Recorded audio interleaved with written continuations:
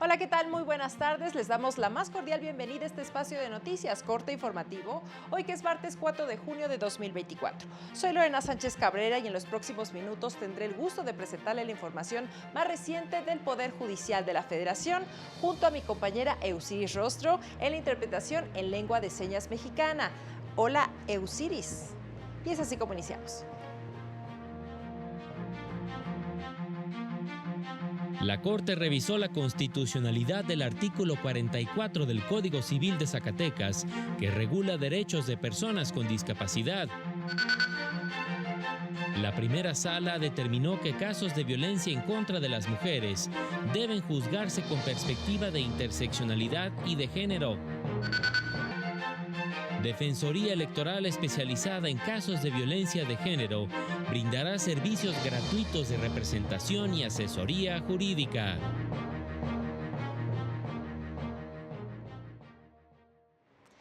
Iniciamos en el edificio sede de la Suprema Corte con mi compañero Mario López Peña, quien nos tiene toda la información de lo que resolvieron esta tarde las y los ministros en sesión del Pleno. Muy buenas tardes, Mario. Adelante con tu reporte. ¿Qué tal? Muy buenas tardes a todas las personas que siguen esta transmisión.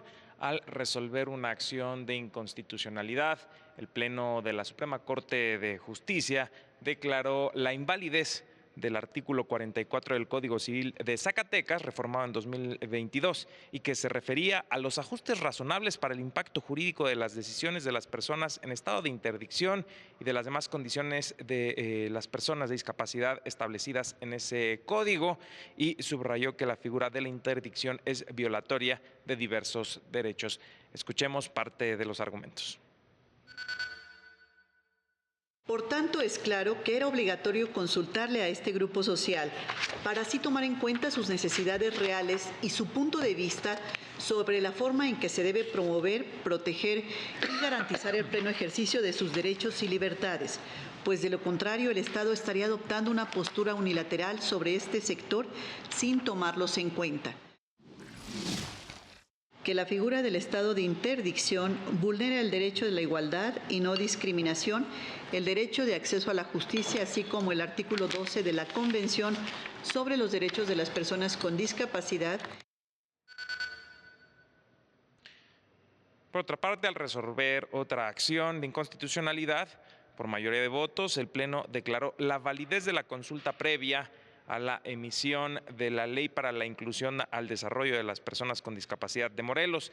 Esto porque, de acuerdo con la mayoría de ministras y ministros, sí se acreditó que hubo una consulta a las personas con discapacidad con los requisitos básicos establecidos en jurisprudencia. Es lo que sucedió en la sesión pública del Pleno de la Suprema Corte de Justicia.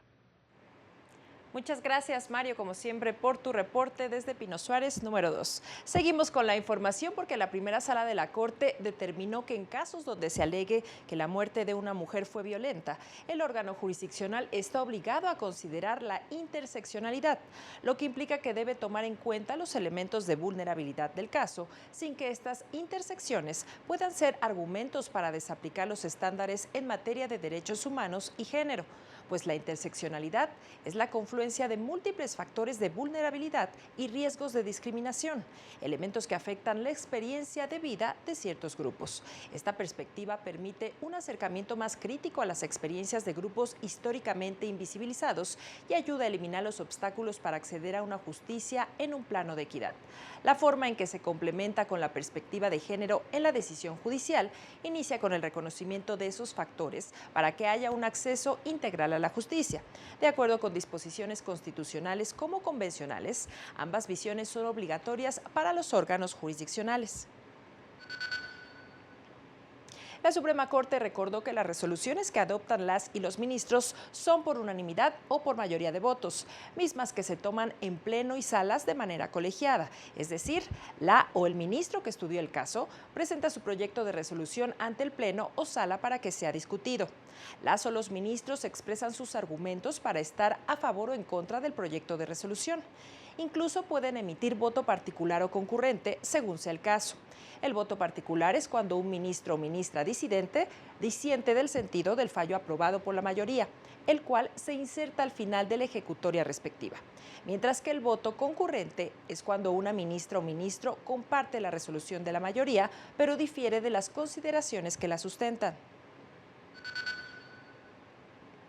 Humberto Gabriel Godínez Castillo es uno de los nuevos jueces de distrito que rindieron protesta la semana pasada. El juzgador explicó cuál es el principal reto que enfrentará en esta nueva etapa de su trayectoria profesional.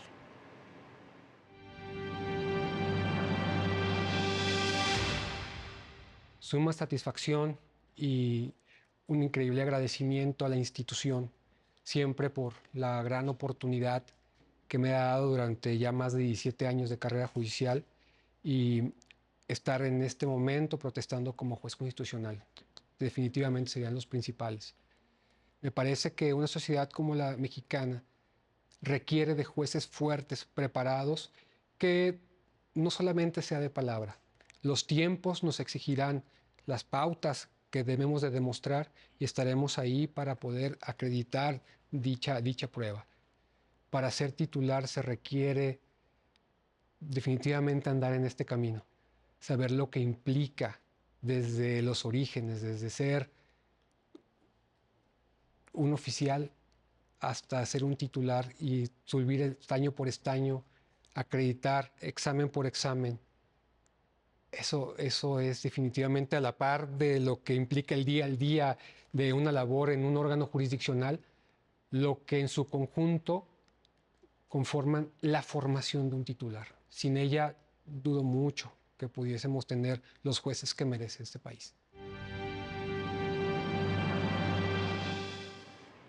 En más noticias, el Pleno Regional en Materia Administrativa de la Región Centro-Norte, con residencia en la Ciudad de México, determinó que por regla general no basta que se reclamen en el juicio de amparo indirecto actos de acoso y hostigamiento sexual para estimar precedente la suspensión de plano, pues solo procede cuando los actos se equiparan a los supuestos previstos en el artículo 126 de dicha norma, es decir, que impliquen peligro de privación de la vida o ataques a la libertad personal, entre otros. Esto en concordancia con los parámetros fijados por la primera sala respecto del impacto que generan los actos de acoso u hostigamiento escolar en la vida y desarrollo de un infante.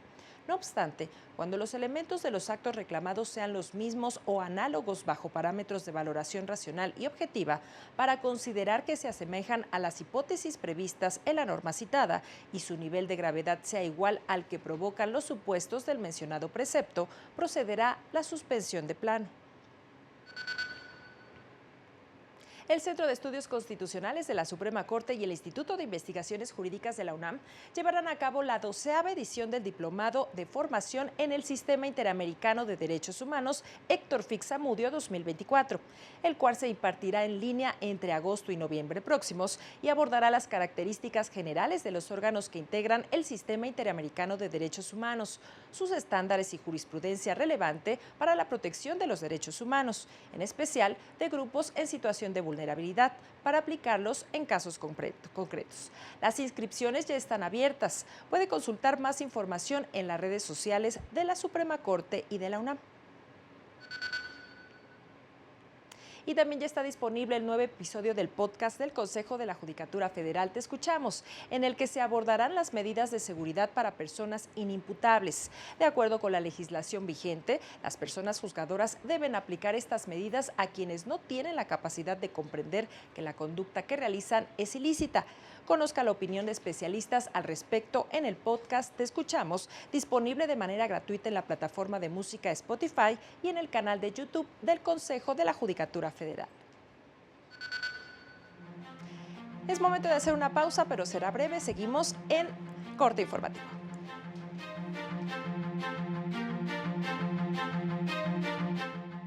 Al regresar, mujeres juzgadoras celebran que por primera vez una mujer ocupará el cargo de elección popular más importante en nuestro sistema democrático.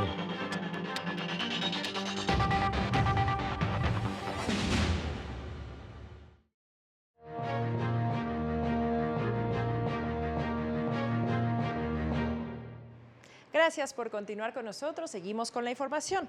La Asociación Mexicana de Mujeres Juzgadoras manifestó que el hecho de que por primera vez México haya elegido a una mujer para ser presidenta de la República, en el caso de Claudia Sheinbaum, honra a las mujeres que la han precedido y la compromete a ampliar los derechos de las futuras generaciones.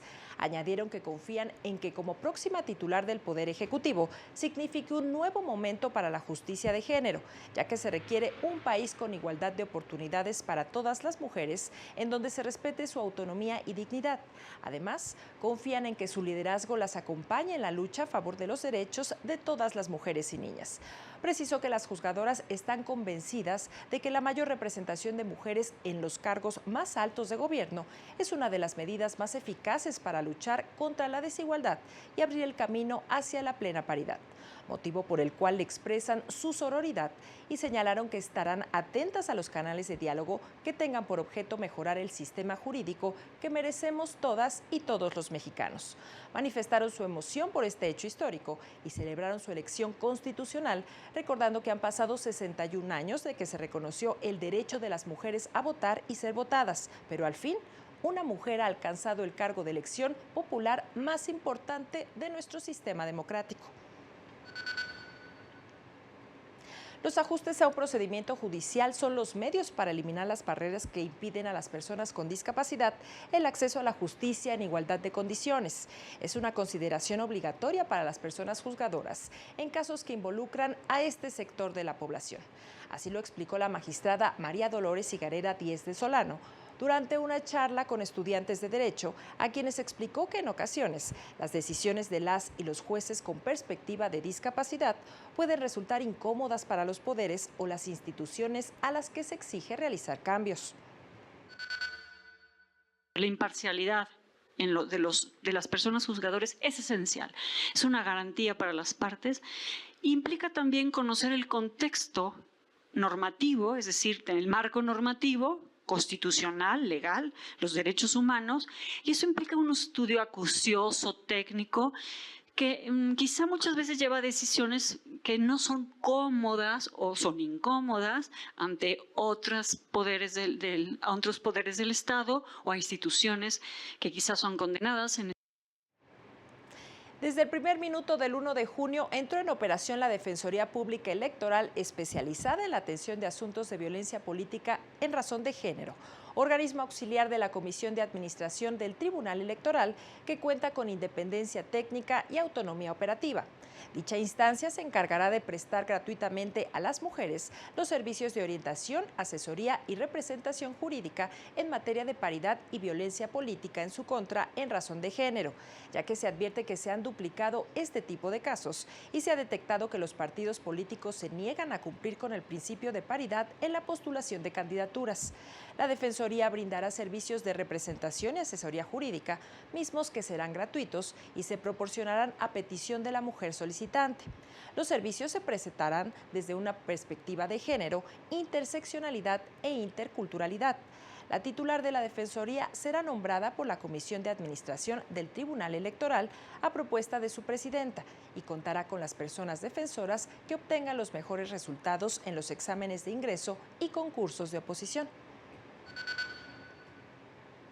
Para atender de manera efectiva la violencia criminal en nuestro país, es indispensable consolidar estrategias que ayuden a disminuir la impunidad e implementar soluciones derivadas de la justicia transicional, consideró la especialista Elga Jáuregui de la organización Impunidad Cero en el blog Axis del Tribunal Electoral. Aseguró que la militarización de la seguridad pública no ha hecho más que incrementar la violencia en el país, lo que ha dado origen a una crisis de violaciones a derechos humanos y al debilitamiento institucional de policías y fiscalías. Este escenario, lamentó, es perfecto para que la impunidad se reafirme como la norma en el proceso de búsqueda de justicia, por lo que se debe dejar de pensar en descansar el sistema de uso de prisión preventiva oficiosa para suplir las deficiencias de la investigación y, en su lugar, mejorar la calidad de la investigación criminal.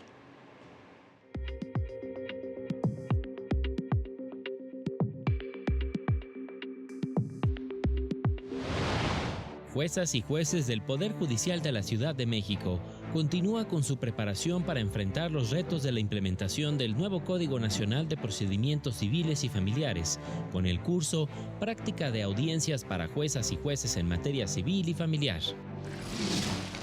El Poder Judicial de Puebla informó del inicio de funciones de la Cuarta Sala Colegiada en materia penal, la Quinta Sala en materia civil y la Sala Especializada en materia constitucional, con sede en Puebla Capital, para mejorar la impartición de justicia. El Ayuntamiento de Humán, en Yucatán, formalizó la donación al Poder Judicial del Estado del inmueble donde se alberga el Juzgado Segundo Mixto de lo Civil y Familiar del Primer Departamento Judicial y el Juzgado Penal de Control del Cuarto Distrito. Ya está en marcha el servicio virtual del Poder Judicial de Guanajuato para presentar promociones subsecuentes vía electrónica, así como para consultar los expedientes electrónicos de los juzgados regionales laborales. Para el canal del Poder Judicial de la Federación, Jesús Daza. La Asociación Nacional de Magistrados de Circuito y Jueces de Distrito del Poder Judicial de la Federación continúa con las conferencias informativas Conoce a las personas juzgadoras federales y al Poder Judicial. En días recientes, integrantes de la JUFET visitaron universidades de Mexicali y Tijuana en Baja California, Pachuca Hidalgo y Chihuahua Capital. En esta última participó el ministro Javier Lainez Potisek. Se trata de una jornada por todo el país para informar a la ciudadanía sobre el trabajo que llevan a cabo las y los juzgadores en favor de sus derechos. Con la publicación de una tesis de 2022 basada en los postulados del jurista español Jordi Ferrer para dictarse la vinculación a un proceso en un caso penal, se requieren acreditar dos cosas: la hipótesis fáctica más probablemente verdadera y un cuadro probatorio que la sostenga. Así lo indicó el investigador del INACIPE, Iván del Llano, quien señaló que este cambia los requisitos de fondo de la vinculación a proceso, obliga al Ministerio Público a acreditar con datos de prueba sólidos cuál es la hipótesis que más se puede acercar a la verdad de los hechos. Entonces, este cambio donde se mencionaba que se requerían datos de prueba, ¿no?, mínimos para dictar esta autovinculación, hoy ha sido modificado en relación con este criterio. Es así como llegamos al final de este espacio, como siempre agradeciendo su compañía e invitándole a mantenerse aquí en la señal del canal del Poder Judicial de la Federación. Siga a las 19:30 horas nuestro avance informativo y a las 20:30 el noticiario nocturno. Soy Lorena Sánchez Cabrera y a nombre de todo este equipo le deseamos que tenga una excelente tarde. Hasta pronto.